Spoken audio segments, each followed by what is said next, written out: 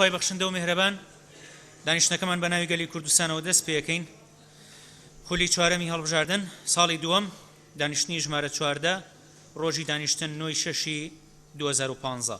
بەرنامەی کار بە پێی حکومەکانی بەرگەیەکی مادەی 20 لە پەیڕەوی ناوخۆی پەرلەمانی کوردستان عێراق ژمارەیەکی ساڵی 1992 هەموارکراو دەستەی سەرۆکایەتی پەرلەمان بڕیاریدا کاتی دانیشتنی ژمارە 14 خولی بەهارە لە خولی هەڵبژاردننی چوارەمی پەرلەمان لە کاتژمێر 10 پێشنیوەڕۆ ڕۆژی سێشەممە ڕێککەوتی 9/6/2015 بێت و بەرنامەی کاری دانیشتنەکە بەم شێوەیە بێت. یەکەم خوێندنەوەی یەکەم بۆ ئەم پرۆژە یاسایانی خوارە بە پێی مادەی 71 لە پەیڕەوی ناوخۆی پەرلەمانی کوردستان ژمارەیەکی ساڵی 1992 هەموارکراو. یەک پرۆژە یاسایی تاقانەکانی کیمیاباران و ئەنفال و جینۆسایت کراوەکان. دوو پرۆژە یاسای هەمواری یەکەمی یاسای زمانە فەرمیەکان ژمارە 6 ساڵی 2014. دووەم گفتوگۆکردنی پەیڕەوی ناوخۆی پەرلەمانی کوردستان کە لەلایەن لیژنەی کاتی بۆ پێداچوونەوەی پەیڕەوی ناوخۆ ئامادە کراوە بە پێی بڕیاری ژمارە 26 ساڵی 2014 و بڕگەی 8 لە مادەی 56 لە یاسای هەڵبژاردننی پەرلەمانی کوردستان ژمارەیەکی ساڵی 1992 هەموارکراو و پاڵپشت بە مادەی 94 پەیڕەوی ناوخۆی پەرلەمانی کوردستان ژمارەیەکی ساڵی 1992 هەموارکراو. پێشەوەی دەست بە بەرنامەی کار بکەین داوا لە بەڕێز سکرتێری پەرلەمانەکەین کە پوختەیەک لە کۆنووسی دانیشتنی پێشووی پەرلەمانی کوردستان بخوێنێتەوە.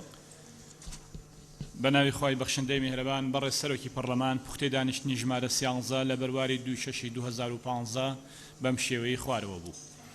یەکەم دەستپێکردنی دانیشتن لەلایەن بەڕێز سەرۆکی پەرلەمانەوە. دووهەم خوێندنەوەی پوختەی دانیشتنی پێشوو هەروەها خوێندنەوەی ناوی ئەندامانی پەرلەمانی ئامادەنەبوو و ئامادەنەبووی کۆبوونەوەی لیژنەکانی پەرلەمان لەلایەن سکرتێری پەرلەمانەوە. سێم پەسەندکردنی گفتوگۆکردنی پرۆژە یاسایی ڕاکێشانی مایە لە ڕێگەی قرسکردن لە هەرێمی کوردستان. زۆر سپاس بۆ بەڕێز سکرتێری پەرلەمان. ئێستا داوا لە بەڕێستانەکەی ناوی ئامادەنەبوانی دانیشتنی پێشووی پەرلەمان بخوێننەوە. بەڕێز سەرۆکی پەرلەمان ناوی ئەندامانی پەرلەمان کە لە دانیشتنی ژمارە 13 ئاسایی لە بەرواری 2/6/2015 مۆڵەت پێدراو بوون یان بەبێ مۆڵەت ئامادە نەبوون لە کۆبوونەوەی یەکەمدا بەم شێوەی خوارەوەیە. یەکەم ئاواز جەنگی مۆڵەت، دووهەم ئومێد حەمعەلی مۆڵەت، سێم ئێڤار ئیبراهیم مۆڵەت، چوارەم باپیر کامەلا مۆڵەت، پێنجەم پەری ساڵح مۆڵەت، شەشەم جەمال عوثمان ئامادە نەبووە، حەوتەم حەیات مەجید مۆڵەت، هەشتەم خەڵەف ئەحمەد مۆڵەت، نۆهەم زانە عەبدوڕەحمان مۆڵەت، دەهەم سیراج ئەحمەد مۆڵەت، یانزە سەرکەوت سەرحەت ئامادە نەبووە، دوانزە شێرک و حەمامین مۆڵەت، سیانزە ساڵح بەشار مۆڵەت، چواردە ڤیان عەباس مۆڵەت، پانزە عادل عەزیز مۆڵەت، شانزە عەبدوڕەحمان فارس مۆڵەت، حەڤە عەبدوڵڵا مەحموود مۆڵەت، هەژدە عومر ساڵح مۆڵەت، نۆزدە فەرهاد حەمە ساڵح ئامادە نەبووە، 20 فەرحان جەوهەر مۆڵەت، 21 منیرە عوثمان مۆڵەت. بەڕێز سەرۆکی پەرلەمان لە کۆبوونەوەی دووەمدا بەم شێوەی خوارە بوو ئامادە نەبوون و مۆڵەت. ئاواز جەنگی مۆڵەت، ئومێد حەمەعەلی مۆڵەت، ئێڤار ئیبراهیم مۆڵەت، باپیر کامەلا مۆڵەت، پەری ساڵح مۆڵەت، جەمال عوثمان ئامادە نەبووە، حەیات مەجید مۆڵەت، خەڵەف ئەحمەد مۆڵەت، زانە عەبدوڕەحمان مۆڵەت، سیراج ئەحمەد مۆڵەت، سەرکەوت سەرحەد ئامادە نەبووە، شێرک و حەمامین مۆڵەت، ساڵح بەشار مۆڵەت، ڤیان عەباس مۆڵەت، عادل عەزیز مۆڵەت، عەبدوڕەحمان فارس مۆڵەت، عەبدوڵڵا مەحموود مۆڵەت، عومر ساڵح مۆڵەت، فەرهاد حەمە ساڵح ئامادە نەبووە، فەرحان جەوهەر مۆڵەت، منیرە عوثمان مۆڵەت، حەسەن ساڵح مۆڵەت، ئەنوەر قادر مۆڵەت. بەڕێز سەرۆکی پەرلەمان راپۆرتی بە دواداچوونی کۆبوونەوەی هەفتانەی لیژنە هەمیشەیەکانی پەرلەمانی کوردستان لە بەرواری 3/6/2015 تا 9/6/2015 بەم شێوەی خوارەوە بۆ. یەکەم لیژنەی ناوچە کوردستانیەکانی دەرەوەی ئیدارەی هەرێم 3/6 کۆبوونەوەیان کردووە منانەبی مۆڵەت بووە. دووهەم لیژنەی ئاسەوار و خزمەتگوزاریەکانی شارەوانی و گواستنەوە و گەیاندن و گەشت و گوزار 3/6 کۆبوونەوەیان کردووە. ساڵح بەشار مۆڵەت بووە، سیراج ئەحمەد مۆڵەت بووە، بێگە دڵشاد مۆڵەت بووە، ئەیوب عەبدوڵڵا مۆڵەت، عەلی هالۆ مۆڵەت. سێهەم لیژنەی کاروباری کۆمەڵگای مەدەنی لە 7/6 کۆبوونەوەیان کردووە. چوارەم لیژنەی بازرگانی و پاراستنی مافەکانی بەکاربەر لە 8/6 کۆبوونەوەیان کردووە. سەرجەم ئەندامان ئامادە بوون. پێنجەم لیژنەی ناوچە کوردستانەکانی دەرەوەی ئیدارەی هەرێم لە 8/6 کۆبوونەوەیان کردووە. سەرجەم ئەندامان ئامادەی کۆبوونەوەکە بوون. شەشەم لیژنەی کاروباری پێشمەرگە و شەهیدان و قوربانیانی جینۆساید و زیندانیانی سیاسی 8/6 کۆبوونەوەیان کردووە. محمود عومەر مۆڵەت بووە، عەبدوڵڵا مەحموود مۆڵەت بووە. حوتەم لیژنەی ئەوقاف و کاروباری ئاینی 8/6 کۆبوونەوەیان کردووە. سیراج ئەحمەد مۆڵەت بووە، ئیدریس عەلی ئیسلام مۆڵەت بووە. هەشتم لیژنەی دەستپاکی هەشتی شەش کۆبوونەوەیان کردووە ئیدرس عەلی ئیسلام مۆڵەت بووە خەڵەف ئەحمەد مۆڵەت بووە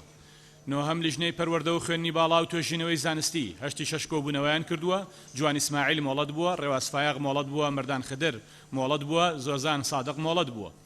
دەهەم لیژنەی پیشەسازی وزە و سەرچاوە سروشتەکان هەشتی شەش کۆبوونەوەیان کردووە ڕۆزا مەحموود مۆڵەت بووە عیزە سابر مۆڵەت بووە ڕێواز فایق مۆڵەت بووە یانزە لیژنەی کشتتوکاڵ و ئاژەڵداری و ئاودەری و بەنداوەکان هەشتی شەش کۆبوونەوەیان کردووە ئاواز جەنگی مۆڵەت بووە عەباس غەزالی مۆڵەت بووە فەرات حەمە ساڵح مۆڵەت بووە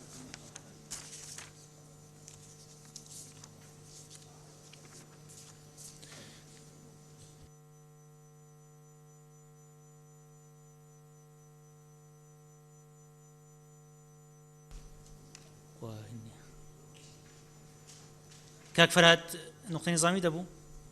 ببورن وڵا نظامی نییە بەڵام من مۆڵەت بووم لە هەموو حاڵەتەکانە بە جەنابتی شمتوو بە برادرانی فراکسیۆنی شمتوو ئەچم بۆ باکوور هەتا ئەو دەقەی دێمەوە پێم وتون یەک ڕۆژ لە پەرلەمان بەبێ مۆڵەت نەڕۆشتوم باشە سپاس ئەچینە سەر بەرنامەی کاری دانیشتنی ئەمڕۆمان کە بڕگەی یەکەمی بریتیە لە خوێندنەوەی کەم بۆ ئەم پرۆژە یاسانی خوارەوە بە پێی مادەی 71 لە پەیڕەوی ناوخۆی پەرلەمانی کوردستان ژمارەیەکی ساڵی 1992 هەموار کراو یەک پرۆژە یاسای تاقانەکانی کیمیاباران و ئەمفار و ژینۆساید کراوەکان دوو پرۆژە یاسای هەمواری یەکەم یاسای زمانە فەرمیەکان ژمارە 6 ساڵی 2014 داوا لە سەرۆکایەتی لیژنەی یاسایی یەکەین کە بێنە سەر منەسە بۆ دەستپێکردن بە خاڵی یەکەمی بەرنامەی کار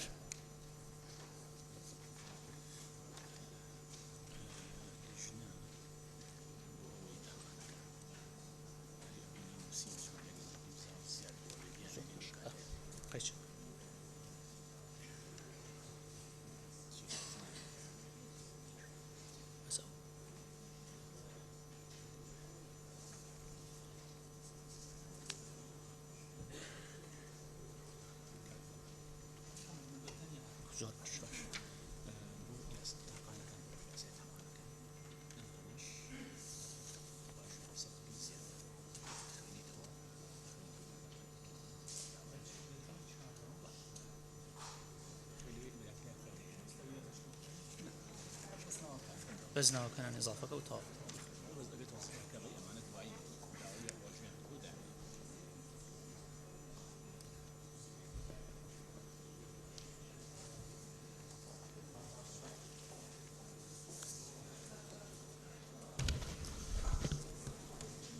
بەڕێز سەرۆکی پەرلەمان پرۆژەی یاسا ناوێ تاقانەکانی کیمیاباران و ئەمفال و جینۆسایدکردی هاتیە پێشکەشکردنش لە ژمارە یاسایە ئەندامەوە دگەل کۆپێکی تێتن سێ مادە و دگەل هۆکارێ دەرکردنێ دەست پێت کرد ئاری محەممەد هەرسین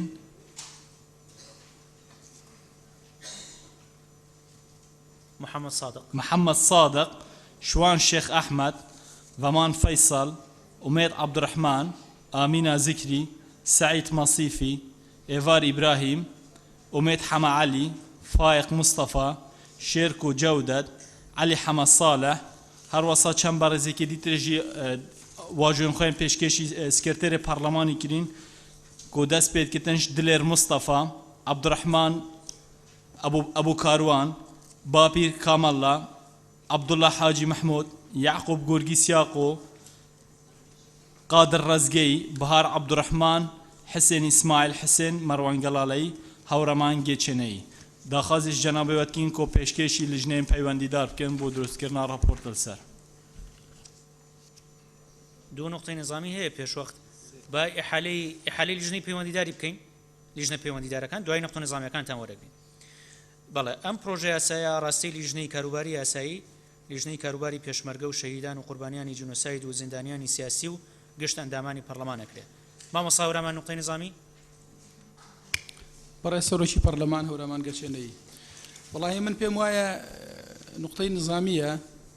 و هەروەها ینی داواکە من بابەتە لە کۆڵنەوەیەکی لەسەر بکرێت چونکە سەبارەت بە پرۆژەی تاقانەکان پرۆژە یاسای تاقانەکان تقریبا ئەم پرۆژە یاسایە تەقدیم کراوە ئێستا ئەمڕۆ تاقانەکان هی ئەنفال هی کیمیاباران هەموو چاوەڕوانی ئەوە ئەکەن کە ئێمە ئەمڕۆ خوێندنەوەی دووەم بۆ ئەم پرۆژە یاسایە بکەین و تەسویتی لەسەر بین ئەوە چەند مانگە ئێمە لەگەڵیان دانیشتوین لە نزیکەوە و عدمان پێداون بەڵێنمان پێداون ئەم پرۆژە یاسایە تەقدیم کراوە نێردراوە بۆ لیژانی مختص بەداخەوە تاکو ئێستا کەس راپۆرتی لەسەر نەنووسیوە تازە ئەمڕۆ هەمتر پرۆژەیەکی تر تەقدیمەکرێت و خوێنەوە یەکەمی بۆ ئەکرێت من داوا لە بەڕێز دەکەم کە بەڕاستی بەدواداچوونێکی جدی بۆ ئەم بابەتە بکەیت چونکە تاقانەکان ئەمڕۆ ئێستا چاوەڕوانەکەن ئەمڕۆ یاساکان بۆ دەرچێ نەک ئەمڕۆ خوێندنەوە یەکەمی بۆ بکرێت جا بزانین کەی خوێندنەوەی دووەمیشی بۆ ئەکرێت. باشە سوپاس. بەڕێز کاگاری هەرسین. زۆر سپاس بەڕێز سەرۆکی پەرلەمان لەبەرەوەی لە عورفی پەرلەمانتاریان نییە کە پەرلەمانتارێک جوابیشتر باتەوە بۆیە من جواب نادەمەوە هەتا جەنابتان ڕخسەتمان پێ نەدەن. دووشت هەیە کە پێویستە باسی بکەین یەکێک لەوانە ڕاستکردنەوەیەک ئەەکەین لەو پرۆژە قانونەیە ئەگەر لە لاپەڕی یەکەم سەری مادەکان یەک دوو سێ بکەیت ناوی لە خواری خوارەوە نووسراوە ئاری محەممەد هەرسین یعنی بە ناوی منەوە نووسراوە کە خۆی لە ڕاستیە ئەبوو بنووسرێ لیژنەی پێشمەرگە و شەیدان و قوربانیانی جینیساید و زیندانیانی سیاسی لە پەرلەمانی کوردستان داوا لە بەڕێستانەکەم کە ڕاستکردنەوەی بکەن ئەمە یەک دوو لە هەمان کاتە داوا لە بەڕێستانەکەم لەبەر گرنگی ئەم مۆزوعە کە ئەمە لەسەر ئەساسی ئەو کۆبوونەوەی کە لیژنەی پێشمەرگە لە 22 چوارە لە مۆنیمنتی هەڵەبجە لەگەڵ ئەو قوربانیانە نوێنەری ئەو قوربانیانە کردوێتی داوا لە بەڕێستانەکەم کە سیفەتی بەپەلا بێن بەم پرۆژە قانون و زۆر سپاس. زۆر سپاس. بەڕێز دکتۆر شوان. بەڕێز سەرۆکی پەرلەمان ئەو پرۆژە یاسایە بە ژمارەی یاسایی پەرلەمانکاران 12 کەس ئیمزای کردووە لە 18 پێنجی 2014 پێشکەش کراوە. بەلامانەوە سەیری ئەو بابەتە گرنگە کە خوێندنەوەی یەکەمیشی بۆ کراوە بۆچی خوێندنەوەی دوێم بۆ نەکراوە بۆ راپۆرتی لەسەر ئامادە نەکراوە تا دەگات ئەوەی کەوە لە ساڵی 2015 پاش ساڵێک پرۆژەیەکە پێشکەش بکرێت. بەڵێ خۆی کە خوێندنەوەی یەکەم بۆ پرۆژە یاساکان کرا پرۆژە یاساکان ڕاتە لای لیژنە پەیوەندیدارەکان و لیژنە پەیوەندیدارەکان پێویستە کات راپۆرتی لەسەر ئامادە بکەن بەڵام ئێستا تا بە ئێستا بەپێی پەیڕەوی ناوخۆی پەرلەمان هەر پرۆژە یاسای خوێندنەوەی بۆ کرابێ پرۆژە یاسای تری هاوشێوەژ هەر خوێندنەوەی بۆ کرێ ئاڕاستی لیژنە پەیوەندیدارەکانە کرێ هەر ئەم حاڵەتە نییە حاڵەتی تری زۆری تریشمان هەیە کە چەند پرۆژە یاسایەک لەلایەن یان یەک پرۆژە یاسا بە ناوەڕۆکی جیاواز لەلایەن تکایە بەدەنگی یەک پرۆژە یاسا بە ناوەڕۆکی جیاواز یان هەندێک جار بە ناوەڕۆکی لێکچووش لەلایەن ئەندامانی پەرلەمان واژۆ کراوە ئەندامی جیاوازی پەرلەمان واژۆ کراوە و ڕاستی لیژنە پەیوەندیدارەکانمان کردو بۆی راپۆرتی هاوبەشی لێ دروست بکەن و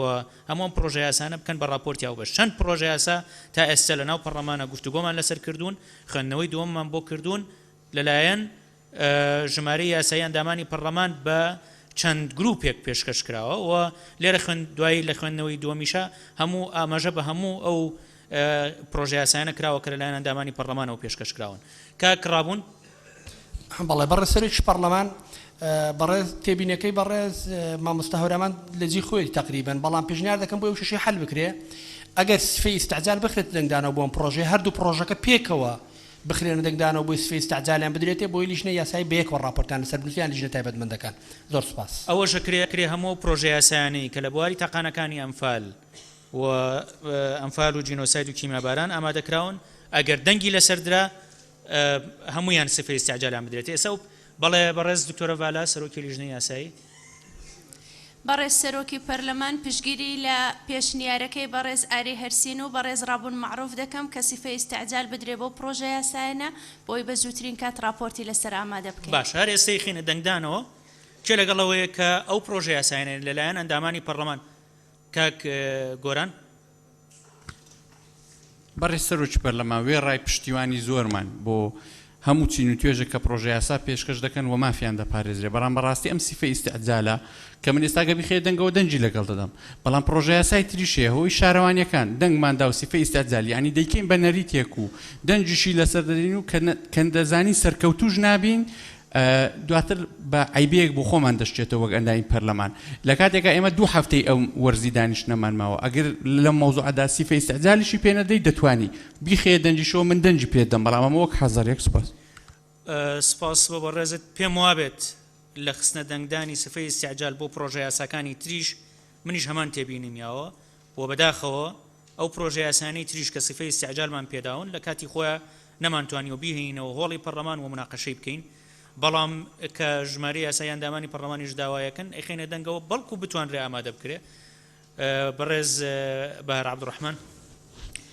بەڕێز سەرۆکی پەرلەمان لەگەڵ ئەوەم کە ئەو پرۆژە یاسا سیفەی ئیستیعجالی پێ بدرێت بەڵام چۆن معالەجەی بکەین ئێمە ئەمڕۆ ئەکەوینە سەروبەندی گفتوگۆکردن لە پەیڕەوی ناوخۆ کە پێم وایە کاتێکی زۆر دوور و درێژ ئەخایەنێت بۆیە ئەبێ ڕەچاوی ئەوە بکەین وەڵامی ئەوەمان بنەوانێ کە چۆن ئەتوانین سیفەتی ئیستیعجالی بینێ لە کاتێکە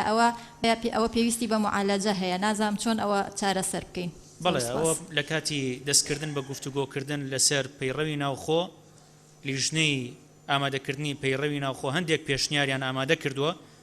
خاتو بەهار من قسە بۆ جەنابتەکەم لیژنەی پەیڕەوی ناوخۆ هەندێک پێشنیاریان ئامادە کردووە بۆ چۆنەتی مناقەشەکردنی پەیڕەوی ناوخۆ بۆ ئەوەی کە هەر پرۆژە یاسایەک گرنگی تایبەتی هەبوو بێتەوە هۆڵی پەرلەمان لە کاتی مناقەشەکردنی پەیڕەوی ناوخۆ بتوانین ئەو پرۆژە یاسانە مناقەشە بکەین چونکە پێم وابێت ئەو توێشکردن لەسەر پەیڕەوی ناوخۆ کاتێکی زیاترە خایەنە بەڕێز کاک عومەر عنایەت بەڕێز سەرۆکی پەرلەمان بەنسبەت سیفەی ئیستیعجال کە باسی یاسای زیادەڕۆیی کرا من لە 8 چوارەوە راپۆرتی ئێمەش و لیژنەی کشت و کاڵیش پێشکەش کراوە بەڵام بەداخەوە تا ئێستا لای لیژنەی یاسایی پەچ کەوتووە بە بیانەوەی لە حکوومەتەوە پرۆژەیەک دێ تا ئێستا ئەوەی حکوومەتیش نهاتووە و لە پەیڕەوی ناوخۆشان نییە ئێمە پرۆژە ڕاگرین تا ئەو کاتێ لە حکوومەتەوە پرۆژەیەک ڕاستەوە کێشەیەکە بەڵام جەنابی شتەزانیت کێشەی زیادەڕەویش پەیوەندی بە حکوومەتیشەوە هەیە کە پێویست دەکات ڕای ئەوانی زۆر بگیرێ بە تایبەتی وەزارەتی شارەوانی کێشەکە لێرەیە کە وەزارەتی شارەوانی داوایەوەی کردووە چاوەڕێی لیژنە پەیوەندیدارەکان چاوەڕێی ڕای ئەوان بکەن کە ئەوانیش پرۆژە یاسایان حازر کردو لەم بوارە بەڵێ فەرموو بەس ڕوخسەتم بدەی بە حضوری بەڕێز سەرۆکی وەزیری شارەوانی و ستافەکەی 4 جار لەگەڵی کۆبینێتەوە ئەم پرۆژەیە لەگەڵ ئەوان ئامادەکراوە تەنها پرۆژەی ئێمە نییە زۆر بەداخەوە سووی تەفاهمێ دروست بووە لە مەسەلەکە ڕاست ئەبێ هەوڵی چارەسەرکردنیەوەش بین داواکەم بەڕێز هەوڵ دەی چارەسەری کێو مەسەرەیە بکەی و ئەوەش زۆر گرنگە بۆ خەڵکی کوردستان زۆر باشە زۆر سپاس ئێستا وەخینە دەنگەوە کێ لەگەڵەوەیە کە پرۆژە یاساکانی پەیوەندیدار بە تاقانەکانی کیمیاباران و ئەنفال و جنۆساید کراوەکان سیفەی پەلەییان پێ بدرێت لە ئامادەکردنی راپۆرتی لیژنە پەیوەندیدارەکان کێ لەگەڵێتی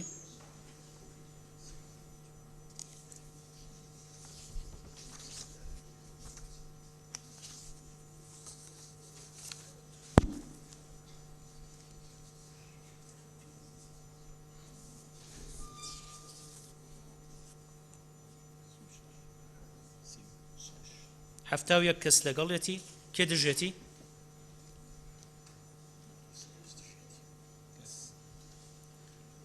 کەس نییە دژی بێ کەواتە پەسەند کرا فەرموو کاکڤەمان پرۆژە یاسای دووەم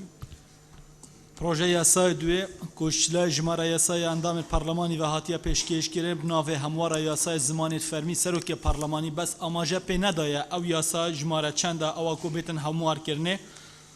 کۆش دوو مادە و هۆکارên derçûnê pêketêtin dest pêdketin ji navê Ferhat Sengawî, Salih Feqê, Awaz Şêxcengî, Xelef Ehmed, Veman Feysal, Rêwaz Fayiq, Telar Latîf, Abbas Fetah, Serkewser Hed, Salar Mehmûd, Miryem Samet, Qadir Witman, Saîd Masîfî, Geşe Dara, Ziyad Husên, Şirîn Husnî, Hayat Mecîd, Medîne Eyûb, Feyrûz Taha, Beyar Tahir, Dilşad Şeعبان, Arî Hersin, Hîva Hacî, Perî Salih, Kejal هادي محمود حاجي حسن صالح زلفى محمود جعفر إبراهيم علي هالو محمد علي شيلان جعفر قوران آزاد عزت صابر بيقر دلشاد دلير ماوتي حسين إسماعيل إيفار إبراهيم عبد الرحمن علي أميد عبد الرحمن سراج شيخ أحمد إبراهيم أحمد دكتور عبد الله جاسم وحيدة ياقو زانا عبد الرحمن ماجد عثمان كمال يلدا يعقوب قرقيس حاجي كاروان شيركو جودة بهزاد درويش سهرب ميكايل سهام عمر لينا عزرية عادل عزيز سوران عمر دكتورة جوان إسماعيل عمر عناية رابون معروف منى نبي جودة سروت سليم دكتور شوان بشار مشير محمد علي تحسين إسماعيل نجاة محمد فرحان جوهر عباس غزالي صالح بشار محمد صادق شوان شيخ أحمد شيركو حما أمين قارمان قادر جمال مرتكا عبد الله حاجي عبد الرحمن فارس آواز حميد أميد حما علي بهار عبد الرحمن ناظم كبير شيخ شامو بيستون فايق أمينة ذكري أبو بكر هلادني مدينة أيوب أنس محمد شريف عمر صالح نجيب لطيف علي حمد صالح فخر الدين قادر منيرة عثمان غريب بنجويني هورمان جيتشني روزا محمود انوار قادر فرصت صوفي شكريا شيخاني فايق مصطفى فيان عباس برای سروک پارلمانی داخازت کن اوش روانه لجنه پیوندی دار بکن. ام پروژه یاسای راسی لجنه کاروبار یاسایی لجنه روشنبیری و راگەاندن و هونەر و گشت ئەندامانی پەرلەمانەکرا. زۆر سپاس بۆ بەڕێز کاکڤەمان فەیسەڵ ئەندامی لیژنەی یاسایی. فەرمووتوانی بگەڕێتەوە شوێنەکەی خۆت.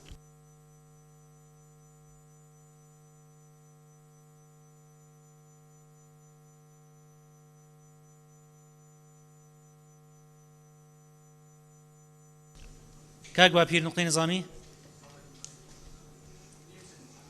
ئاخرە بە نظامی بێت. نه پەیوەندی بە خەڵکەوە نظامی بێ نظامی.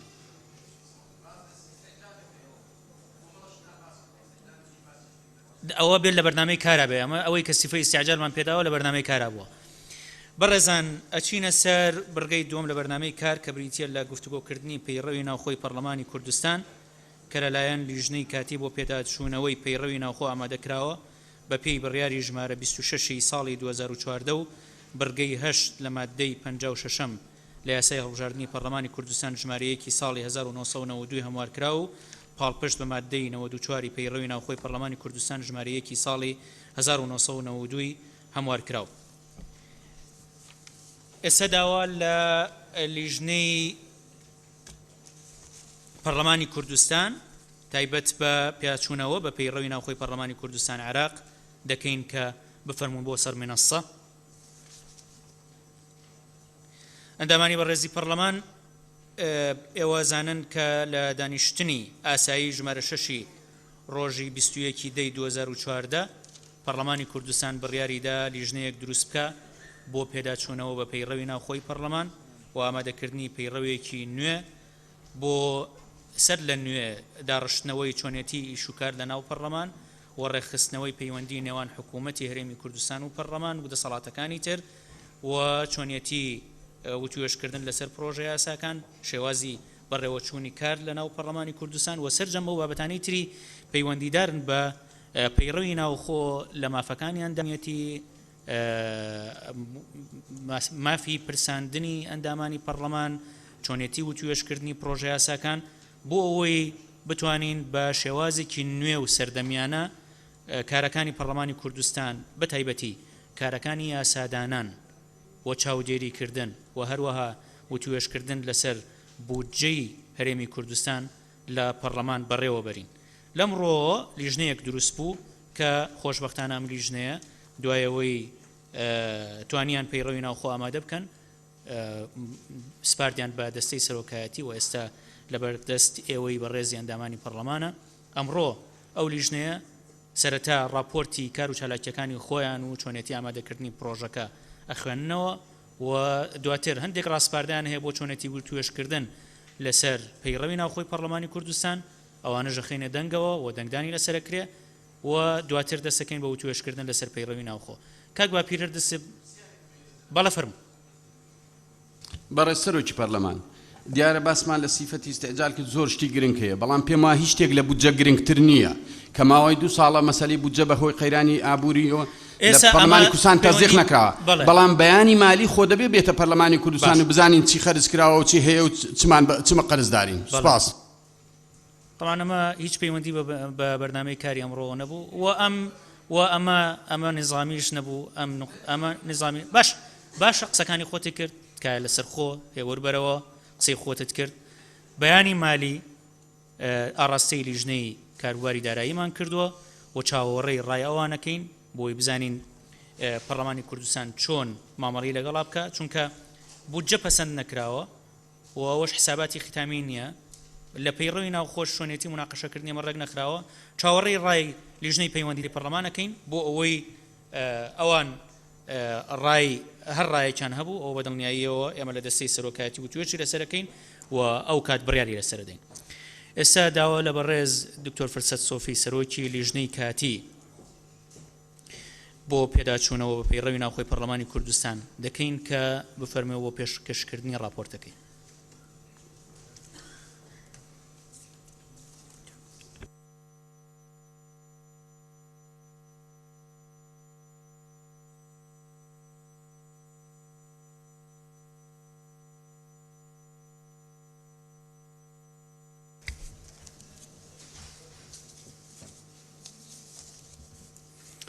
بەناوی خوای گەورە و میهرەبان بەڕێز سەرۆکی پەرلەمان بەڕێزان ئەندامانی پەرلەمان لە ڕێکەوتی 16/6/2014 پەرلەمانی کوردستان بڕیاری پێکهێنانی لیژنەیەکی کاتی دا بۆ پێداچوونەوە و هەموارکردنەوەی پەیڕەوی ناوخۆی پەرلەمانی کوردستان. لیژنەکە پێکاتبوو لە 13 ئەندامی پەرلەمان بەم شێوەیە خوارەوە: فەرسە سۆفی عەلی سەرۆکی لێژنە، قارەمان قادر فەتاح جێگری سەرۆکی لێژنە، گەشە دارە جەلال بڕیاردەری لێژنە، ئامینە زکری سەعید ئەندامی لێژنە، ئەبوو بەکر عومەر عەبدوڵڵا ئەندامی لێژنە، سۆران عومەر سەعید ئەندامی لێژنە، دکتۆر بەهار مەحموود فەتاح ئەندامی لێژنە، دکتۆر ڕێواز فایق حوسێن ئەندامی لێژنە، ڤەمان فەیسەڵ ئەندامی لێژنە، عەبدوڕەحمان فارس عەبدوڕەحمان ئەندامی لێژنە، مونا نەبی قادر ئەندامی لێژنە، عمر مستەفا بەمیر دکتۆر شوان قەڵاتزەیی ئەندامی لێژنە، وەحیدە یاقۆ هورمز ئەندامی لێژنە. لیژنە سەرەتا میکانیزمی کارکردنی خۆی پەسەند کرد و پەیڕەوی بەرکاری کردە بنەما مادە بە مادە گفتوگۆمان لەسەری دەکرد. وەک تێبینیەک دەمانەوێت بیخەینە بەردەستی جەنابتان بەر لەوەی ئەم لیژنەیە لە 16/6 لە پەرلەمانی کوردستان وەکو لیژنەیەکی کاتی دەنگی لەسەر بدرێ، لەو ماوەیە کە پەرلەمانی کوردستان نەیدەتوانێت کۆب بێتەوە لەلایەن فراکسیۆنەکانی پەرلەمان لیژنەیەکی دیکە کە لیژنەیەکی نافەرمی بوو لەو ماوەیە کاریان کرد و ژمارەیەکی زۆر لە مادەکانی پەیڕەوی ناوخۆیان هەموار کرد و ئێمە کە لیژنە فەرمیەکە پێکات لە پەرلەمان لەسەری ڕۆیشتن دواتر ناوی ئەو بەڕێزانش ئاماژە پێدەدەین کە لەو لیژنەیە دەور و ماندووبوونیان پیشاندا بوو.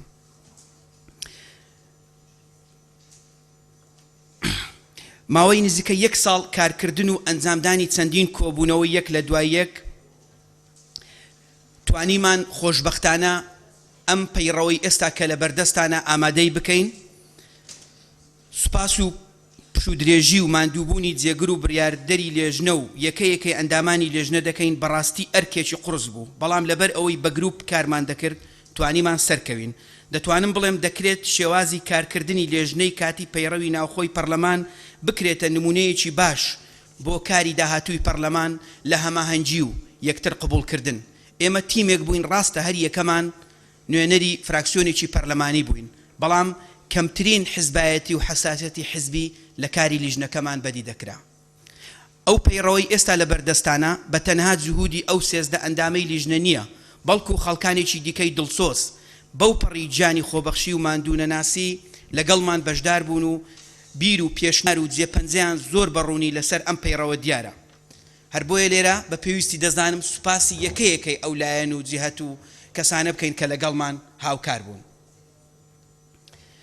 سوپاسێکی تایبەت بۆ بەڕێز سەرۆکی پەرلەمان، بەڕێز جێگری سەرۆکی پەرلەمان، بەڕێز سکرتێری پەرلەمان کە بەردەوام هاوکارمان بوون، بەردەوام پاڵپشتمان بوون و بەردەوام بە دوادەوچین و کارەکانی ئێمەیان دەکرد. سوپاسی زۆر بۆ سەرجەم فراکسیۆنەکانی پەرلەمان، ئەگەر ئێوە نەبان و کار ئاسانی ئێوە نەبوایە نەمان دەتوانی بگەینە ئەوەی کە ئێستا پێگەیشتین.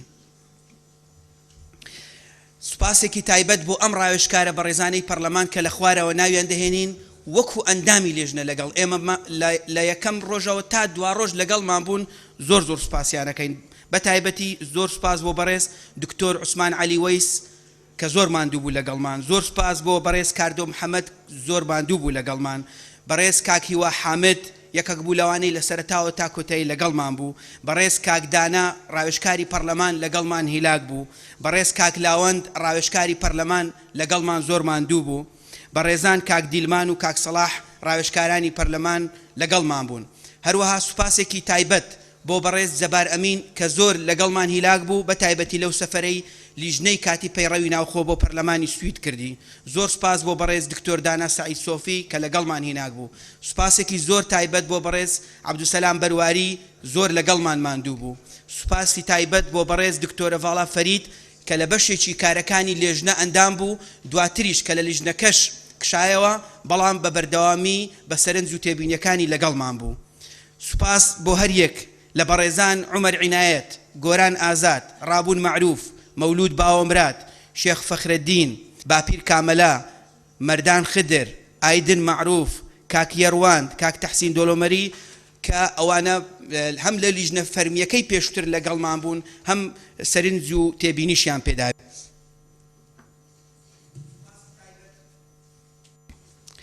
بۆ هەریەک لە بەڕێزان فەرسەت ئەحمەد، عدنان عوسمان، دکتۆرە ڕۆژان زەیی، زانا ڕوستایی، دکتۆر عومەر نورەدینی کە ئەوانیش بەو راپۆرتەی لە نوسخەی کۆتایی ئامادەمان کرد و پێمان دان و پێداچوونەوە و بە سەرنجەکانیان دەوڵەمەندیان کرد. سوپاسی بەڕێز کاک دیلان دەکەین کە سکرتێری لیژنەکەمان بوو، بەڕاستی شایانی ڕێز و تەقدیرە، زۆر هیلاک بوو لەگەڵمان. سوپاس بۆ کاک مەهدی محەممەد عەبدولقادر و شکری عوسمان حەسەن و عوسمان محەممەد و هەریەک لە مەقسوود و ئەحمەد و مامزەردۆ کە ئەوانە ئەرچی کارگوزاریان لەگەڵ ئێمە کێشا و لە ماوەی کۆبوونەوەکانی لیژنە لەگەڵمان بوون. بۆ ئامادەکردنی ئەم پەیڕەوە جگە لەوەی سوودمان وەرگرت لە پەیڕەوی پەرلەمان کە ئێستا کاری پێدەکەین، سوودمان وەرگرت لە پەیڕەوی ناوخۆی نزیکەی 21 وڵاتی دنیا. بۆ نمونە پەیڕەوی ناوخۆی ئەڵمانیا، مسر، سوید، مەغریب، ئوردن، جەزائیر، کوێت و عێراق و هەتا دوایی. هەروە سوودمان وەرگرت لەو پرۆژانەی پەیڕەوی ناوخۆی پەرلەمان کە پێشتر لە خولی دووەم و سێیەمی پەرلەمانی کوردستان ئامادە کرابوون. سوودمان وەرگرت لەو پرۆژەی کە NDI ئامادەی کردبوو. هەروەها بۆ ماوەی 4 ڕۆژ سەردانی پەرلەمانی سویدمان کرد و بە شێوەیەکی مەیدانی کۆبوونەوەکانی پەرلەمانی سوید و کاری لیژنەکانمان بینی و لەوێ لەگەڵیان ئامادە بووین. سوپاسی هەر کەس و لایەنێکی تر دەکەین. ئەگەر بە 1 و 6 تەنانەت بە هاندانێکیش لەگەڵماندا بوو بێ، زۆر سوپاس بۆ هەمووتان. بەڕێزان ئەم پڕەوەی لە بەردەستانە پێک هاتووە لە 12 بەش و 149 مادە. بەم پێش بە بەراورد لەگەڵ پەیڕەوی پێشوو 54 مادە زیادی کردووە چونکە پەیڕەوی بەرکار لە 95 مادە پێک هاتووە. بەشی یەکەمی ئەم پەیڕەوەی کە ئامادەمان کردووە ئەم پرۆژەیە پێناسەی چەمکەکان کراوە. بەشی دووەم پێکاتە و کۆبوونەوەی پەرلەمانی تێدا دیاری کراوە. لە بەشی سێم هەڵبژاردننی دەستەی سەرۆکایەتی ئاماژەی پێدراوە بە شێوەیەکی ورد دەسەڵاتەکانی دەستەی سەرۆکایەتی و سەرۆک و جێگر و سکرتێر داڕژراونەتەوە. بەشی چوارەم باس لە ئەندامەتی دەکات کە هەریەک لە دروستی ئەندامەتی و ئەرکەکانی ئەندام و مافەکانی ئەندام و پارێزبەندی و نەمانی ئەندامەتی دیاری کراوە. بەشی پێنجەم لیژنە هەمیشەیی و تایبەتیەکان بە شێوەیەکی نوێ داڕژراونەتەوە و هەوڵ دراوە لەم پرۆژەی لە بەردەستانە لێژنەی هەمیشەیی ببێتە چەقی کارکردنی پەرلەمان و هەموو ناڕوونیەکان کە پەیوەستن بە کۆبوونەوەکانی لیژنەکان و کاری لیژنەکان هەوڵمانداوە ڕۆشنی بکەین. ژمارەی لیژنەکان کەم کراوەتەوە بەپێی ئەوەی ئێمە پێشنیاری دەکەین بۆ بەردەمی ئێوەی بەڕێز لە 17 لیژنە زیاتر تێپەڕ ناکات. بەشی شەشەم سیستەمی کاری پەرلەمان کە تیایدا بەرنامەی کاری دانیشتنەکانی پەرلەمان زۆر بەڕوونی باس کراوە. کارنامەی هەفتانەی پەرلەمانمان داناوە. لە مەودووە ئەندامی پەرلەمان دەزانێت ڕۆژی یەکشەمە لە ناو هاوڵاتیانە، ڕۆژی دووشەمە کۆبوونەوەی لیژنەی هەمیشەیی هەیە، ڕۆژی سێشەم و چوارشەم کۆبوونەوەی پەرلەمانە، ڕۆژی پێنجەم تایبەتە بە کۆبوونەوە لەگەڵ حکوومەت. هەموو ڕۆژەکانی هەفتەمان بە تەنزیم لەناو ئەم پەیڕەوە ڕێکخستووە. هەروە دانیشتنەکانی پەرلەمان و ئامادەبوون لە دانیشتنەکان و سیستەمی گفتوگۆکردن لەم بەشە ڕێک خراوە. بۆ نمونە لە مەودووە دیاریمان کردووە هەر ئەندامێکی پەرلەمان تەنها 3 خولەک دەتوانێت لەسەر هەر بابەتێک قسە بکات. تەنانەت خاڵی پەیڕەویش کە یەکێکە لەو کێشانەی کە کات لە دەستی ئێمە دەدات و کاتمان بە فیرۆ دەدات، ئێمە لەناو ئەم پرۆژەی لە بەردەستانە زۆر بەڕوونی پێناسەمان کردووە. بەشی حەوتەم چاودێریکردنە کە یەکێکە لە کۆڵەگە هەرە گرنگەکانی کاری پەرلەمانی ئێمە پرسیاری زارەکی، پرسیاری نووسراو، تەرەحکردنی بابەتێکی گشتی بۆ گفتوگۆ و ئیستیجواب لێسەنەوەی متمانە زۆر بەڕوونی مەرجەکانی هەر یەکەمان لەنا ئەم پەیڕەوە نوێیە خستۆتە بەرباس. بەشی هەشتم کە یاسادانانە و لە هەموو بەشەکانی تر ئێمە پێمان وایە گرنگترە لە کاری پەرلەمانی هەوڵمان داوە پێشنیازی یاسا و پرۆژەی یاسا لە یەکتر جیا بکەینەوە. پێشنیازی یاسا ئەوانن کە دە ئەندامی پەرلەمان بەسەرەوە دەتوانن پێشکەشی بکەن و بە شێوازێک کە کۆمەڵێک خاڵمان دیاری کردووە دەبێ ئەو مەرجانەی لە پێشنیازی یاسادا هەبن کە لە بەردەستانە دیاریمان کردووە. پرۆژەی یاساش ئەوەن کە حکوومەت ویان دەسەڵاتی جێبەجێکردن زائیدەن ئەو پرۆژانەی کە پەیوەستن بە دەسەڵاتی دادوەری ئەوانیش دەتوانن وەکو پرۆژەی یاسا پێشکەشی بکەن و ئێمە لە یاسادانان خوێندنەوەی سێمیشمان ئیزافە کردووە. واتە لە مەودووە کاتێک کە لەسەر بڕگە و مادەکانی یاسایەک گفتوگۆ دەکرێت لەو جەلەسەیە دەنگدان ناکرێت لەسەر ئەم یاسایە. لە جەلەسەی پاشی لەلایەن لیژنەی تایبەتمەند لەگەڵ لیژنەی یاسایی سیاغەی ڕایەکان دەکرێت و ئینجا لە جەلەسەیەکی تایبەت کە ناومان لێنا جەلەسەی دەنگدان دەخرێتە دەنگدان. بەشی نوێم تایبەتە بە بودجە بەشی دێم ئێمە لە بەشی دێمەوە ئیستحسازکردنی کۆمەڵێک دەستە و دامەزراوە و مادەی گرینگە کە لە پەیڕەوی ئێستای بەرکاردانین بۆ نمونە لە بەشی دێم ئێمە باسی فراکسیۆنمان کردووە پێناسەی فراکسیۆنمان کردووە دەسەڵاتەکانی فراکسیۆن و مافەکانی فراکسیۆنمان باس کردووە دەستەی گشتیمان ئیستحداز کردووە دەستەی گشتی کە پێک دێ لە سەرۆکایەتی پەرلەمان و سەرۆکی فراکسیۆنەکان و دەسەڵاتەکانی دەستەی گشتیمان دیاری کردووە و هەروەها هەر لە بەشی دێم ئۆپۆزیسیۆنی پەرلەمانیمان پێناسە کردووە و مافەکانی ئۆپۆزیسیۆنی پەرلەمانیمان باس کردووە وەکو کۆڵەگەیەکی گرنگ لە سیستەمی دیموکراسی بەشی یازدەیەم دیسان ئیستحداسی کۆمەڵێک مادەی گرنگە لەوانە دیوانی پەرلەمانمان پێناسە کردووە نووسنگەکانی پەرلەمان کە ئێستا هەن بەڵام لە پەیڕەوی بەرکاردا باسییان نەکراوە وەروە وەزیری هەرێم بۆ کاروباری پەرلەمانی ئەرکەکانی دیاری کراوە بەشی دوازدەیەم حکومە کۆتاییەکانمان تێدا باس کردووە بەڕێزان دابەشکردنی ئەم بەشانەی کە لە بەردەستانە لەم پرۆژەیە بەم تەسەلسولە شتێکی سابت نییە ئێوەی بەڕێز دەتوانن پێش و پاش لە بەشەکان بکەن چونکە ئێمە وەکو پرۆژەی خستومانەتە بەردەستان خۆشبەختانە ئەم پرۆژەی کە لە بەردەستانە کەمترین مادەکانی بە دوو ڕاهاتۆتە بەردەستان ئەوەش ئەنجامی لە خۆبوردووی نوێنەرەکانی فراکسیۆنەکانتانە لە ناو لیژنەکەدا من پێم وایە نۆ مادە بە دوو ڕاهاتۆتە ناو ئەم هۆڵە بەڕێزە ئەجینا زۆر ڕای جیاوازمان هەبوو بەڵام لە خۆبوردوو یەکتر قبولکردنی ئەو ئەندامە بەڕێزانەی کە لێرە دانیشتون وای کرد کە ئێمە بە کەمترین مادەی دوو ڕایەوە بینە بەردەمتان و کەمترین سەر ئێشە بۆ هۆڵی پەرلەمان دروست بکرێت میکانیزمی پەسەندکردنی ئەم پەیڕەوە ئێمە وەکو پێشنیار دەخەینە بەردەستی سەرۆکایەتی پەرلەمان و ئەندامانی بەڕێزی پەرلەمان ئەگەر بە پەسەندی بزانن پێشنیاز دەکەین هەر ئەندامێکی پەرلەمان لەسەر هەر مادەیەک بۆی هەبێ دوو خولەک قسە بکات و بۆ یەک جاریش قسە بکات لەسەر یەک مادە دوو خولەک قسە بکات و یەک جاریش قسە بکات ئەمەش نەک بۆ تەقیدکردنی قسەکردن تەنها بۆ ئەوەی بتوانین لە ئایندەیەکی زۆر نزیک ببینە خاوەنی پەیڕەوێکی ناوخۆ چونکە هەمومان متفقین کە پێویستمان بەوەیە پەرلەمانی کوردستان پەیڕەوێکی نوێ هەبێ بەڕێزان لەبەر ئەوەی پێشتر عرفێک هەبوو لێرە هەر کاتێک کە پەیڕە و دەنجی لەسەر دەدرا مادەیەکمان تعدیل دەکرد یەکسەر دەخرایە بواری جێبەجێکردن بەڵێ کاکڤەمان ئەم پێشنیارەی خستە بەردەستمان کە لە مادەی کۆتاییەوە مادەیەک لە ئێستا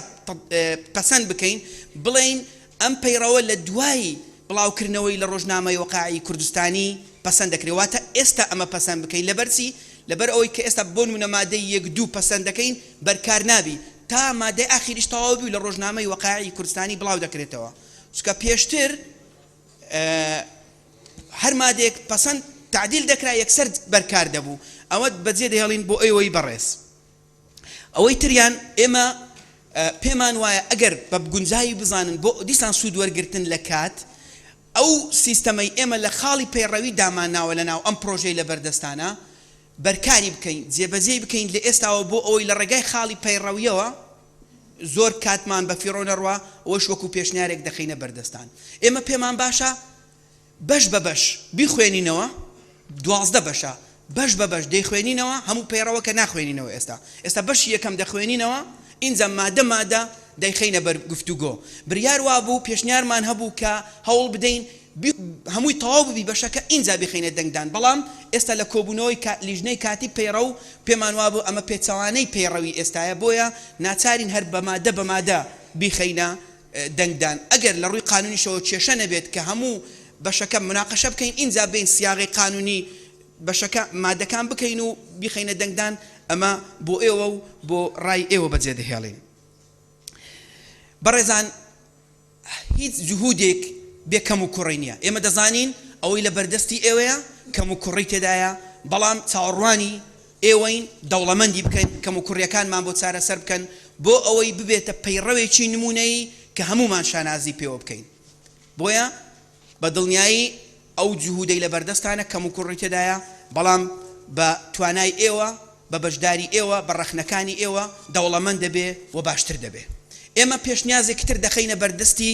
بەڕێز سەرۆکی پەرلەمان و سەرۆکایەتی پەرلەمان و ئەندامانی پەرلەمان پێشنیاز دەکەین هەر لە ئێستاوە لیژنەیەکی دیکەی کاتی بۆ دانانی ڕێکارەکانی ڕەفتارکاری ئەندامای پەرلەمان پێک بهێندرێ چونکە ئەم پەیڕەوە ئەگەر جێبەجێش کرا ئێمە لە ناو پەرلەمان ڕێکارەکانی ڕەفتارکاری ئەندامانی پەرلەمانمان نەبێت کێشەمان بۆ دروست دەبێت ئێمە دوو پرۆژەمان لەلایە کە یەکێکیان دکتۆر عەبدوڵڵا جاسم ئامادەی کردووە و یەکێکی تریشیان دکتۆر عوسمان عەلی وەیس ئامادەی کردووە هەر بە ڕێزێکی تریش دەتوانێت ئەم دوو ڕەشنووسە ئەم دوو پرۆژەیە بخرێتە بەردەستی و سەرۆکایەتی پەرلەمان ئەم لیژنەیە پێک بهێنێ ئێمە بە زەروری دەزانین پەرلەمانی کوردستان ئەم ڕێسایی هەبێ ڕێسایی ڕەفتارکاری ئیسلوکی ئەندامانی پەرلەمان کە ئەمە لە هەموو پەرلەماناتی دنیا هەیە ببورن ئەگەر درێژمان کردبێ بەڵام بە پێویستمان زانی لە کۆبوونەوەی یەکەمی پەرلەمان لە گفتوگۆکردن لەسەر پەیڕەوی ناوخۆ ئەم تێبینیانە بخەینە بەردەستان هیوادارین کە بتوانین لە کاتێکی زۆر نزیک لە فترەیەکی زەمەنی زۆر کورت و ئەو ماوەی لە بەردەستماندایە پێش گەیشتن بە کۆتایی فەسڵی تەشریعی ئەم پەیڕەوە تەواو بکەین جارێکی تر سوپاس بۆ هەموو ئەو بەڕێزانەی هاوکار بوون بە تایبەتی ئەندامانی بەڕێزی لیژنەی کاتی پەیڕەوی ناوخۆ زۆر زۆر سوپاس زۆر سپاس بۆ بەڕێز دکتۆر فرسەت سۆفی سەرۆکی لیژنەی کاتی بۆ پێداچوونەوە پەیڕەوی ناوخۆی پەرلەمانی کوردستان عێراق پێم وا بێت بابەتێک لە بیت چوو ئەویش پەیوەندیدارە بەوەی کە ئەگەر هەر پرۆژە یاسایەک پەرلەمان بە گرنگی زانی بتوانرێ بهێنرێتەوە بەرنامەی کار لە کاتی گفتوگۆکردن لە پەیڕەوی ناوخۆی پەرلەمان چونکە ئێمە فەسڵی تەشریعی کاتێکی زۆر کەممان ماوە لە کۆتایی هاتنی فەسڵی تەشریعی ئێستا ئەمڕۆ بە نزیکەی سێ هەفتەمان ماوە سێ هەفتەی تر جگە لەم هەفتەیە بۆیە پێویستە کات هەندێک پرۆژە یاسا کە ئێستا ئەمڕۆ خۆتان پرۆژە یاسایەک سفەی استیعجالتان پێیاوە دوو پرۆژە یاسای تریشن کە گرنگن و پێویستە کات پێش کۆتایی هاتنی فەسڵی تەشریعی لە پەرلەمانی کوردستان دەنگی لەسەر بدرێ کە یەکیان پەیوەندیدارە بە پرۆژە یاسای بەکرێدان لە مانگی حوتی ئەمساڵ جارێکی تر ئەکەوێتەوە بەرکار کە پێویستە کات ڕابگیرێ و هەروەها هەندێک بابەتی سیاسی ئانیشن کە ڕەنگە پێویستی بە خوێندنەوەی پرۆژە یاسا پەسەندکردنی پرۆژە یاسا هەبێ ئەوەش دیسانەوە پێویستە کات پەرلەمانی کوردستان خەمی لێ بخوا بۆیە هەم پشتگیری ئەو ڕایانەی لیژنەی پەیوەندیدارەکەین کە داوایەوە کەن ئەندامانی پەرلەمان بە کورتی و بە پوختی و بە چڕی گفتوگۆی پەیڕەوی ناوخۆی پەرلەمان بکەن و ئەو پێشنیارانەی کە کردیان سەبارەت بە کاتی قسەکردن سەبارەت بە خاڵی پەیڕەوی ئەیخینە دەنگدانەوە بەڵام لە هەمان کاتیشا ئەندامانی بەڕێزی پەرلەمان پێویستە کات ئەوە لە بەرچاو بگرن کە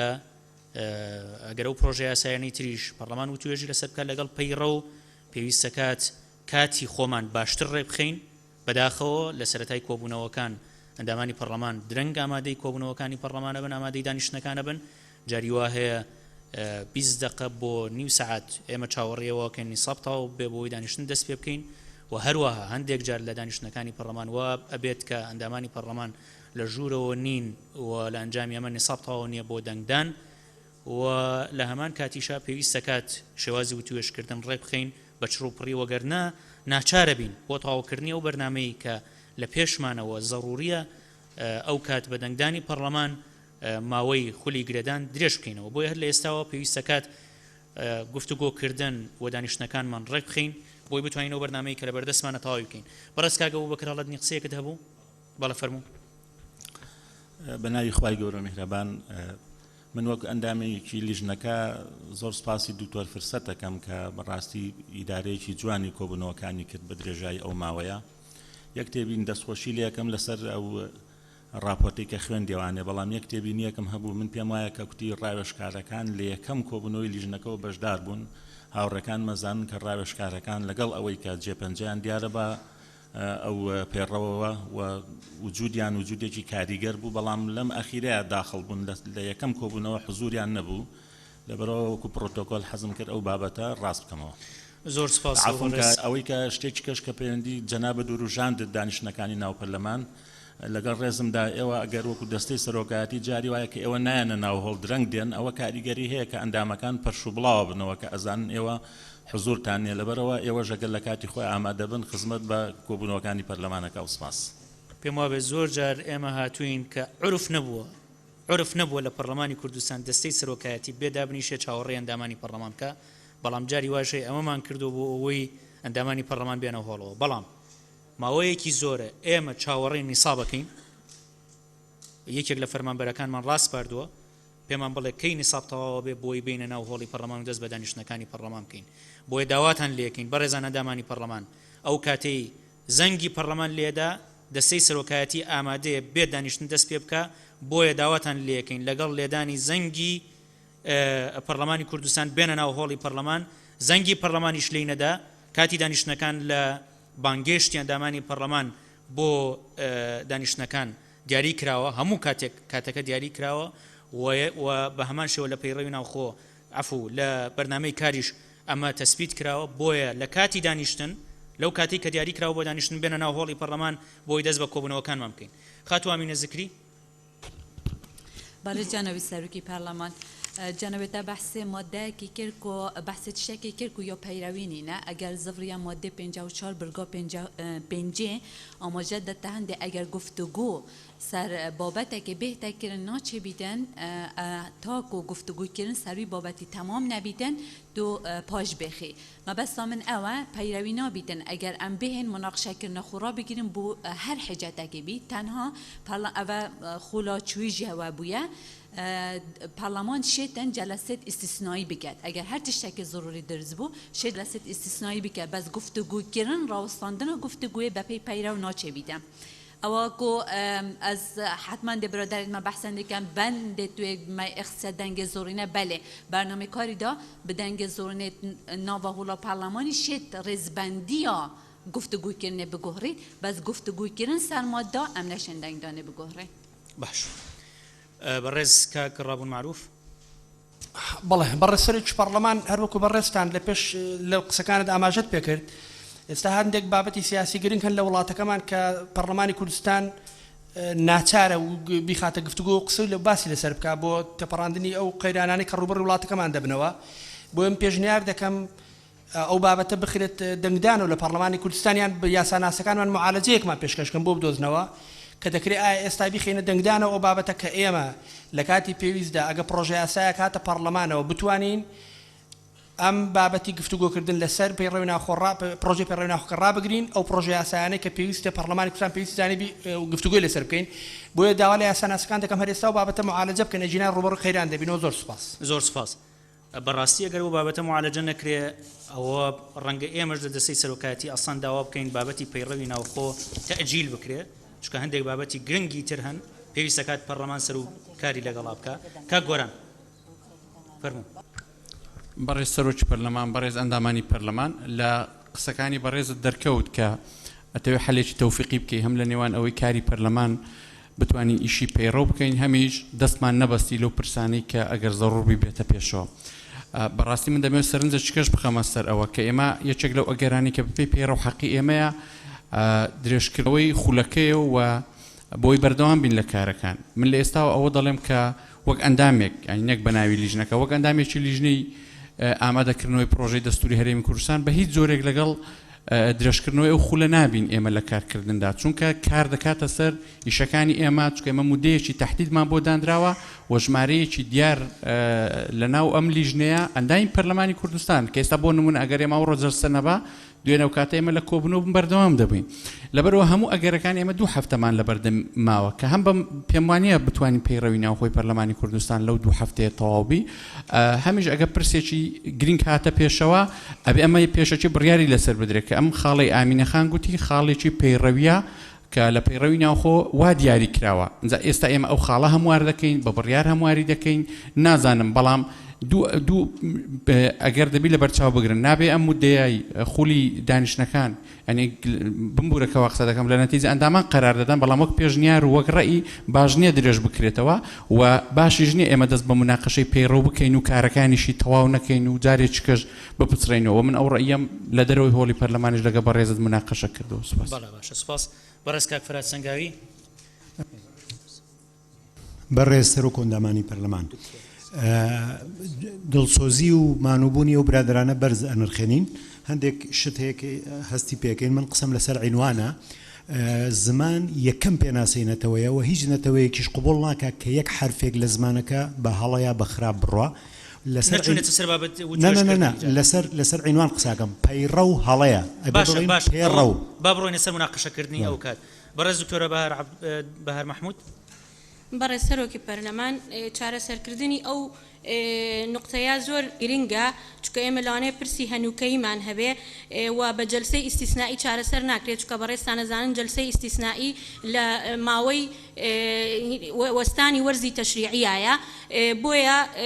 ئەکرێ بە پێی مادەی 94 بکەینە پرۆژە بڕیارێک یا هەر ئێستا کە ئەڵێ دەکرێت حکومەکانی ئەم پەیڕەوە هەموو یا هەندێکی لەسەر پێشنیاری سەرۆک یادە ئەندام و بەڕەزامەندی زۆرینەی ئامادەبووان هەموار بکرێت ئەو بڕگەی مادەی 54 ئەو بڕگەیە هەموار بکەین بۆ ئەوەی نە کارەکانی پەیڕە بوەستێ و نە دەستیشمان بگرێت لەوەی کاتێ پرسێکی هەنووکەی هەبوو باش سپاس بەڕێز دکتۆر عەزیز سابر بەڕێز سەرۆکی پەرلەمان پێشنیارەکەم کۆبوونەوەی ئەم سێ هەفتەی پەرلەمان چڕۆپڕتر بێ سەعاتەکانی زیاتر بن ڕۆژەکانی زیاتر بن بۆی زۆرترین بەرهەمیە بێ زۆر سپاس خاتو پەروا عەلی بەڕێز سەرۆکی پەرلەمان من هاوڕام لەگەڵ بەڕێز کاگرابوون معروف ئەکرێت بابەتی پەیڕەوی ناوخۆ بەردەوام بێ بەڵام بۆ پرسە هەنووکەیەکان بۆ پرۆژە هەنووکەیەکان بخرێتە دەنگدانەوە کە پێویستە لە کاتی خۆیان بکرێ و بەڵام قسەکردن لەسەر پەیڕەوی ناوخۆ ئەگەر ماوەیەکی زۆرتریش بخایەنێت ئاساییە. بەڵێ باشە سپاس بەڕێز دکتۆر فرسەت سۆفی بەڕێز سەرۆکی پەرلەمان ئێمە هێشتا دەستمان بە قسەکردن نەکردوین بۆ پێشوەختە بڕیار بدەین حاڵەتی ئیستیسنایی هەیە یان زروفی سیاسی هەیە کەی ڕوبەڕووی حاڵەتێکی وا بووینەوە ئەو ئەندامانی بەڕێزی پەرلەمان لێرن هەر معالەجەیەکیان من لەبەر ئەوەش ئەوم باس نەکرد لەبەرەوە لەگەڵ ئەندامانی لیژنەوە لەگەڵ هەندێک یاساییەکان قسەمان لەسەر لەم بارەوە کرد خلاف و ڕای جیاوازی لەسەر بوو هەر کاتێک ڕوبەڕووی هەر حاڵەتێکی وا بووینەوە ئێمە پێمان وایە پەیڕە و کارەکانی بڕوات ئێمە دێندا دەنیشین لە پەرلەمان دەتوانین معالەجەی بکەین بەڵام ئایا پەیڕە و گرنگ نییە بۆ ئەم پەرلەمانە ئایا ئێمە هەمومان ئحساس بۆ ناکەین کە ئەم پەیڕەوەی ئێستا کە لە بەردەستانە کۆمەڵێک کەم و کوڕی و کێشەی تدایە پێویستی بەوەیە چارەسەر بکرێت بۆ باشتر ڕایکردنی کارەکانی پەرلەمان بۆیە من تەسەوەر دەکەم کە ئێمە وەرەقەیەکمان ئامادە کردو دوای ماندووبوونێکی زۆر لە بەردەستاندایە بە هیچ شێوەیەک ینی کات بە فیڕۆ نەدەین و دەست بکەین بە گفتوگۆکردن لەسەری ئەگەر ڕوبەروی هەر حاڵەتێک بووینەوە کە پێویستی کرد بە پەلە بوو ئەوە دێینەوە لێرە هەر ئەندامانی پەرلەمان خۆیان یاسا دەدنن خۆشیان دەتوان یاسا تعدیلکەن و دەتوان ڕێگە چارەسەر و میکانیزمی گونجاو بدۆزنەوە بۆ چارەسەرکردنی بەڵام جارێ هیچ شتێک لە ئارادانیە بۆچی دەبێت ئێمە قەراری پێشوەختە بدەین بەڵێ زۆر سپاس بۆ بەڕێز دکتۆر فرسەت سۆفی تەڵان من پشتیوانی ڕاکەی بەڕێز کاک ئەو وەکر هەڵەت نییە کەم کە زۆر سوپاسی سەرۆک و جێگر و بڕیاردەری لیژنەکە و سەرجەم ئەندامانی لیژنەی کاتی بۆ پیاچوونەوە بە پەیڕەوی ناوخۆی پەرلەمانی کوردستانەکەین کە توانیان پەیڕەوەکە ئامادە بکەن بەڵام هێنانەکایی بابەتی پەیڕە و بۆ بەرنامەی کاری پەرلەمان بەر مەبنای یاداشتێک بووە کە بەڕێز سەرۆکی لیژنەکە بە ئێمە یاوە کە ئەتوانین معالەجەی ئەو بابەتە بکەین چونکە ئەمە مناقەشە بوو لە دەستەی سەرۆکایەتی و لەگەڵ سەرۆکایەتی لیژنەی کاتی بۆ پێچوونەوە بە پەیڕەوی ناوخۆ ئەمڕۆ پێش دەست پێکردن بە بابەتی پەیڕە و پێویستە کات ئەم بابەتە معالەجە بکەین وەگەرنا بەڕاستی ئێمە لە دەستەی سەرۆکاتی ڕەنگەڕایەکی ترمان هەبێ سەبارەت بەم بابەتە چونکە ناتوانین دەست بکەین بە مناقەشەی پەیڕەوی ناوخۆ بەبێ ئەوەی بەرچاوڕوون بین کە چۆن مناقەشەیەکەین و بابەتەکانی تریشکە یانە پێشەوە ئەوان چۆن مامەڵیان لەگەڵاکەین خاتو ئامینە زکری باش بەڕێز کاک بەهزاد دەروێش برای سروکی پارلمانی اشغالوی رأی ماک و به فتره گفتگو زورتر لبین و دانشتن چون پر من خاله کدی ماده 54 یکم خاله 5 از بیشم دک صلاحیات داده دست سروکاتی اگر رخصت بید باز بخینه بدرانید بجیتن ناکرید بندکانی برنامه که پاش پیش بخرید تنها بر زمانی زورینه اما دوان نبید و اگر نکرا گفتگو درباره بندکیان لبر هر هوی کوابید لبر هر هوی کوابید تا بگرید اول دسته سرکاتی بوی های تیروانی نبودانیشنی دهاتو دوا بخید و او بندانه لدوای او دین گفتگو بکات یعنیش ناکرید مثلا بحثی بابتك يعني لو چارەك بدۆزینەوە مامۆستا ڕاستە ئەبێت چارەیەکی بۆ بدۆزرێتەوە ئەو ئەوەی کە دکتۆرە بەهار باسی کرد ڕەنگە ڕێگا چارەیەک بێدەر بە بە پرۆژە بڕیارێک چارەسەریکەین بەڕێز کاک علی حەمە ساڵح. بەڕێز سەرۆکی پەرلەمانی کوردستان لەژێر ڕۆشنایی مادەی 94 منم پێشنیارم هەیە کە مادەی 94 ئەفەرموێت دەکرێت حکومەکانی ئەم پێڕەوە هەمووی یان هەندێکی لەسەر پێشنیاری سەرۆک یان دە ئەندام بە ڕەزامەندی زۆرینەی ئەندامان هەموار بکرێت. پێشنیارەکەی من ئەوەیە بەم شێوەیەدا ئەگەر پێویستکە بیکەین بە بڕیار لەم ماوەیەدا کە گفتوگۆ لەسەر پێڕەوی ناوخۆی پەرلەمانی کوردستان دەکرێت ئەگەر پرۆژە یاسایەکی گرنگ پێویست بوو بێتە هۆڵی پەرلەمان دەسەڵاتی سەرۆکایەتی پەرلەمانە گفتوگۆ لەسەر پێڕەوی ناوخۆ ڕابگرێت تاوەکو ئەو پرۆژە یاسایە خوێندنەوەی یەکەمی بۆ دەکرێت یاخود پەسەند دەکرێت. باش ئەتوانی ئەوەی کە نووسیوتە ئاڕاستی لیژنەکەی بکەی بۆی گفتوگۆی لەسەر بکرێت. بەڕێز کاگاری هەرسین. زۆر سپاس بەڕێز سەرۆکی پەرلەمان. وەڵی دوون شت یانی جگەلەوەی کە پشتیوانی سەکانی هی بەڕێز ئامینەخانەکەم کە پێڕەوی بوو وەکا گۆران وەکا ڕابوون یانی دووشت هەیە بە ڕازگۆ بین لە ئەڵێکتریا ئەمە بە پین و پەڕۆ ناکرێت ئەمە مناقەشە هەڵەگرێت کات ئەبات ئەمە حقیقەتێکە. ئەوەی کە مهمترە هەندێک برادر کە بۆ چوونیان وایە بۆچی ئەبێ چاوەڕێی ئەوە بکەین کەشتی لە ناکەوە بێتە پێشەوە لەبەر دوو هۆی زۆر بەسیط تۆ وڵاتەکەی لە شەڕایە 24 ساعات هەموو حکوومەتەکەی لە ئینزارایە داخلی قەیرانی هی داراییش بوویت ئیتر حاڵەتی تایبەتی لەوە زیاتر چی لەبەرەوە من پشتیوانی لە قسەکانی ئەو بەڕێزاناکەم و پێشم وانە ئەمە پینە بکرێت. سپاس. باش سپاس. بەڕێز کاک حەمەد حەمالی. بەڕێز جەنابی سەرۆکی پەرلەمان هەل لەسەر ئەساسی ئەو مادەی 94 پەیڕێوی ناوخۆ من پێشنیارەکەم کە بەڕێستان سەرۆکی پەرلەمان پێشنیاری هەموارەکە بکەن بۆی بە زووترین کات بتوانی ئەو چارەسەرە پێشکەش بکرێ و دەقێک هەروەکو دەقێکی یارمەتی دەر بۆ ئەوەی دابڕێژرێ ئەگەر هەر پرسێکی گرنگ و هەنووکەیی یاسایی و سیاسی هاتە پێش لە میانەی گفتوگۆکردنی هەمواری پێڕەوی ناوخۆدا ئەوە سەرۆکایەتی پەرلەمان دەتوانێت ئەو گفتوگۆیانە ڕابگرێ و پرسە نوێیە یاسایی و سیاسیەکە بخاتە بەرنامەی کارەوە. زۆر سپاس. خاتو سوام عمر. بەڕێز سەرۆکی پەرلەمانی سیهام عمر ئەس پشتگیریە پێشنیارە دکتۆرا بوهار دکەم بەڵام تبینیەکەدی من هەیە بۆ بەردەوامبوون گفتوگۆ سەر پەیڕەوی ناوخۆی پەرلەمانی پێتویە هەر ڕۆژات زیاتر بدەنە ئەوی پرۆژەی چونکی ئەگەر ماوەسێ هەفتیادا هەر تمام نابیتن جبلی کو ام هزرا حالت لنا کاو بکن اما هنه بتویه پروژه بهت آماده کرنوی یا آماده کری بیتنو ده پارلمانتار یا سرکاتیا پارلمانی پیشکش بکن بو هنده حاضر بیت جبر اگر هر حالت کریدا بشن الدیف پیرو ناخو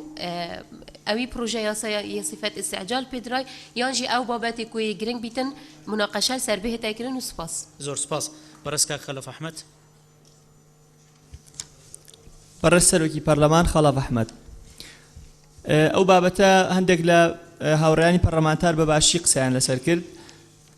پەیڕەوی ناوخۆ زۆر گرنگە هەموارکردنەوە قسە لەسەرکردنی بەڵام گرنگتر لەوە ئەوەیە کە دەستمان پێ کرد هیچ هۆکارێک نەبێتە هۆی بشڕاندنی ئەم گفتوگۆکردن لەسەر ئەم پەیڕەوە بۆیە ئەگەر ئەوەی ئەو چارەسەری کە مادەی 94 دیاری کردووە بەڕێزان کاک عەلی حەمەد ساڵح و کاک ئومێد بە باشی باسییان کرد ئەگەر ئەو پرۆژەیە یاسایە ئامادە ناکرێت لە هەر بابەتی گرنگ و چارەنووساز کە بێتە پێشەوە ئێمە گفتوگۆ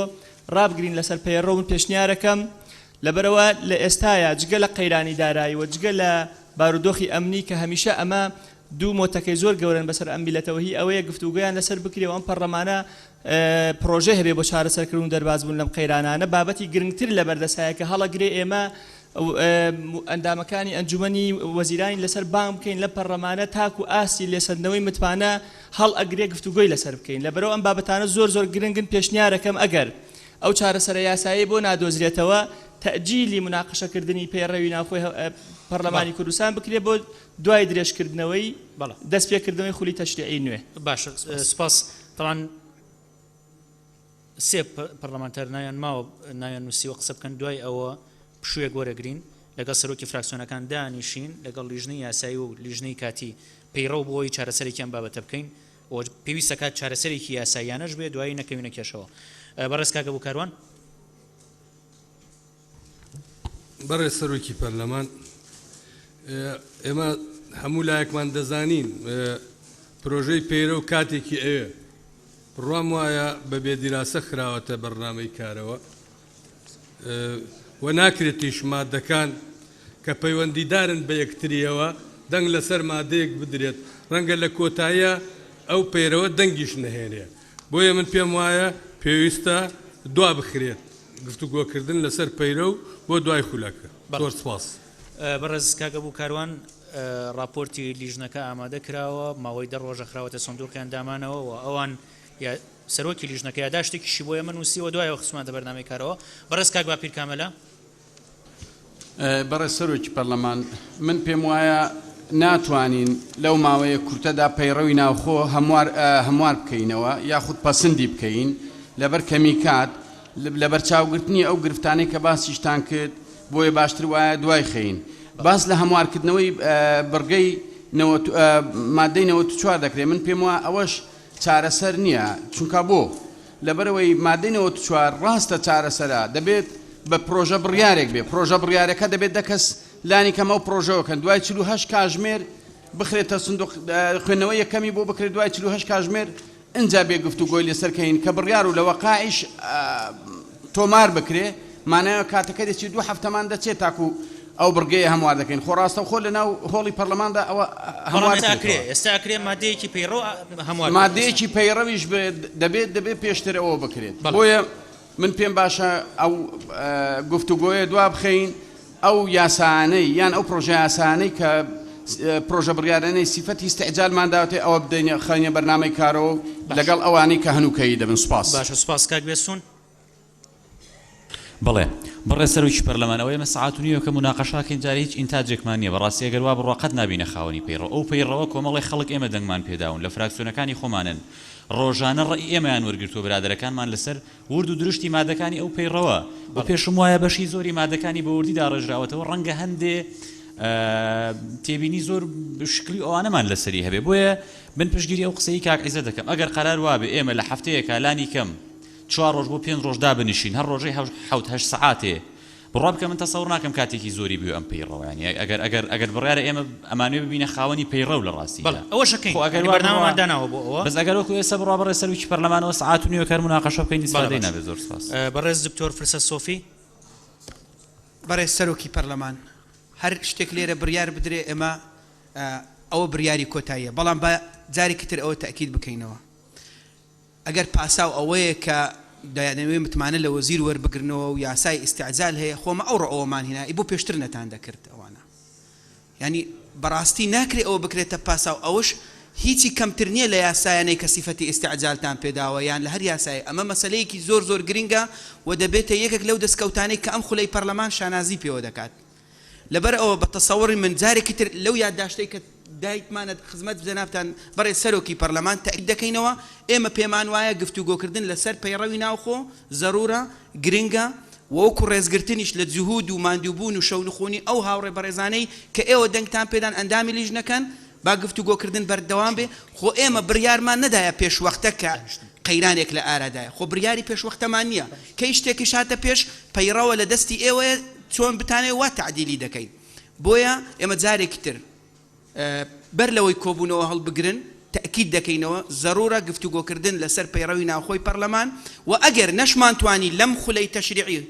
کە 3 هەفتەمان ماوە تەواوی بکەین ئەگەر 30 مادەمان تەواو کرد کە خولی نوێ دەستی پێکردەوە لە 31مین مادە دەستی پێ دەکەینەوە یعنی ئەمە هیچ کێشەیەکی قانونیمان بۆ دروست ناکات باش زۆر سپاس بەڕێز کاقەرەمان بەڕێز سەرۆکی پەرلەمان بە پێی مادەی 94 دەسەڵاتی بە بەڕێستان سەرۆکی پەرلەمان داوە بۆ چارەسەرکردنی ئەم کێشەیە دەتوانین مادەی 45 بە مادەی 94 چارەسەر بکەین لە کاتی پێویست دەتوانین کارکردنە سەپەیڕەوی ناوخۆ ڕابگرین و ئەو پرۆژانێک کە گرنگ بینە بەرنامەی کار زۆر باشە سپاس بەڕێز دکتۆر کاگە وەکر هەڵەتنی بەڕێز سەرۆکی پەرلەمان من پێم باشە پەیڕەوی ناوخۆ بخینە ناو گفتوگۆکانی پەرلەمانە و ئەم فترەیە ئەم 3 هەفتەیە بە بەردەوامی پەیڕەو تەواو بکەین چونکە لە ئێستاە پێم وایە 2-3 پرۆژە یاسا ئامادەن کە ئەوانە ئەگەر بکەوێتە دوای خولی یاسادانانی نوێشەوە هیچ گرنگ نییە تا قیاسایە کە ئێمە بەڕاشکاوانە قسەی لەسەر بکەین یاسای سەرۆکایەتی هەرێمە ئەو بابەتەش یعنی ئەکرێ ئێمە لە کۆبوونەوەیکی ئیستیسنایی لە کاتی وەستاندنی خولی تەشریعی لەوێ شابێ ئێمە توانین ئەو کێشەیە چارەسەرکەین لەبەرەوە هیچ پاساوێک نییە بۆ دواخستنی گفتوگۆکردن لەسەر باشە سپاس خاتو زۆزان سادق دوا پەرلەمانتەر بەڕێز سەرۆکی پەرلەمانی دەستخۆش بۆ لژنا کاتیە بەرهەفکردنا پەیڕەوی ئەس بژم مە پەیڕەوەکی هەیک و ئەم تشینی لەسەر بچین فتأجیلکردنەوەی بۆ ینی وەرزنی چ ئیشکالی بۆ مە درست ناکات چونکە ئەمە ماوەیەکی درێژە ئەمێ چاوەڕێنە حتا بەرهەفگیری